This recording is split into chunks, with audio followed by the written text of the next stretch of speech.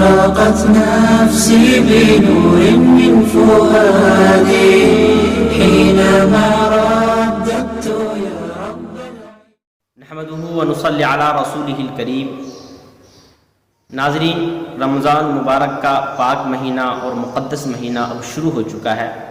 رمضان کے روزے کن لوگوں پر فرض ہے اور کن لوگوں پر فرض نہیں ہے، اس سے متعلق میں آپ حضرات کے سامنے چند باتیں رکھنا چاہتا ہوں. دیکھیے، رمضان کے روزے تمام مسلمانوں پر فرض ہیں اور اس کی فرضیت کے لیے 5 شرائط ہیں. نمبر 1، مسلمان کا ہونا. اگر کوئی غیر مسلم روزہ رکھے تو شرعی اعتبار سے اس کا روزہ نہیں ہوگا. نمبر 2، مکلف ہونا. شریعت میں مکلف وہ شخص ہے جو عاقل ہو، بالغ ہو، یعنی کہ عقل رکھتا ہو اور بالغ ہو. لہٰذا اگر کوئی بچہ یا اسی طریقے سے کوئی مجنون، دیوانہ، پاگل ہے تو ان پر روزے فرض نہیں ہیں. اگر بچہ ہوشیار ہے، عقل مند ہے، روزہ رکھ سکتا ہے تو والدین کو چاہیے کہ ان بچوں سے روزہ رکھوائے تاکہ ایسے بچوں کے اندر روزہ رکھنے کا شوق پیدا ہو اور روزہ رکھنے کی ترغیب ان بچوں کے اندر پیدا ہو. تیسری شرط ہے قدرت کا ہونا. قدرت کا ہونا، اس کا مطلب یہ ہے کہ آدمی روزہ رکھنے پر قادر ہو، یعنی کہ روزہ رکھ سکتا ہو. اگر روزہ نہیں رکھ سکتا، اس کی حالت ایسی ہے کہ روزہ نہیں رکھ سکتا، یعنی اتنا عاجز ہے کہ بالکل بھی روزہ نہیں رکھ سکتا، تو یہ دیکھا جائے گا کہ عجز کس درجے کا ہے.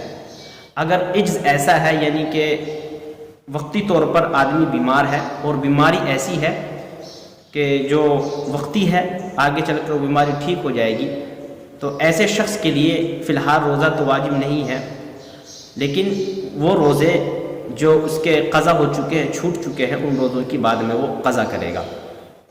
اور اگر عجز ایسا ہے، ایسی بیماری ہے کہ جس سے شفا ہونے کی کوئی امید نہیں ہے، مثلا بہت لمبی بیماری میں مبتلا ہے، مثال کے طور پر بلڈ کینسر ہے، خون کی بیماری ہے اس کو، یا اسی طریقے سے کوئی دوسری بیماری ہے اس میں آدمی کے شفا ہونے کی کوئی امید نہیں ہوتی، تو ایسا شخص یہ روزوں کا فدیہ ادا کرے گا.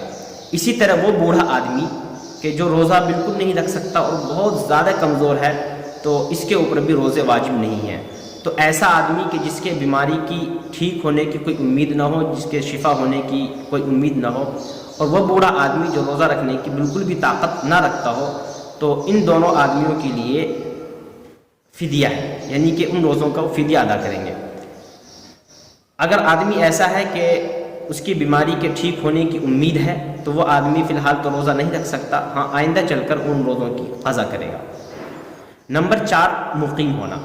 چوتھی شرط ہے مقیم ہونا، یعنی کہ مسافر نہ ہو. اگر وہ مسافر ہے تو مسافر کے اوپر بھی روزے واجب نہیں ہیں. اور سفر ایسا ہو جو شرعی سفر ہے، اگر کوئی مسافر روزہ نہیں رکھ سکتا تو اس کے اوپر روزے واجب نہیں ہیں. ہاں اگر سفر اتنا آسان ہے اور سہولت کے ساتھ آدمی سفر کر سکتا ہے اور آسانی والا سفر ہے تو ایسے سفر میں روزہ رکھنا افضل ہے. 5ویں شرط ہے کسی معنی کا نہ ہونا. اس شرط کا تعلق عورتوں سے ہے. وہ عورتیں کہ جن کو حیض آتا ہے، جن کو نفاس آتا ہے، اگر ایسی حالت میں ہیں تو وہ روزہ، ان کے لیے روزہ وقتی طور پر معاف ہے، لیکن ان روزوں کی وہ بعد میں قضا کرے گی. اگر کوئی کسی عورت نے روزہ رکھا اور روزہ رکھنے کے بعد پھر اس کو حیض شروع ہو گیا تو اس عورت کا روزہ فاسد ہو جائے گا، ختم ہو جائے گا. اب اس دن کے روزے کی وہ بعد میں قضا کرے گی. تو یہ 5 شرطیں ہیں. اگر کسی شخص کے اندر یہ 5 شرطیں پائی جاتی ہیں تو ان کے اوپر روزے فرض ہیں، اور جن لوگوں پر روزے فرض نہیں وہ بھی ان کے اندر آ گئے.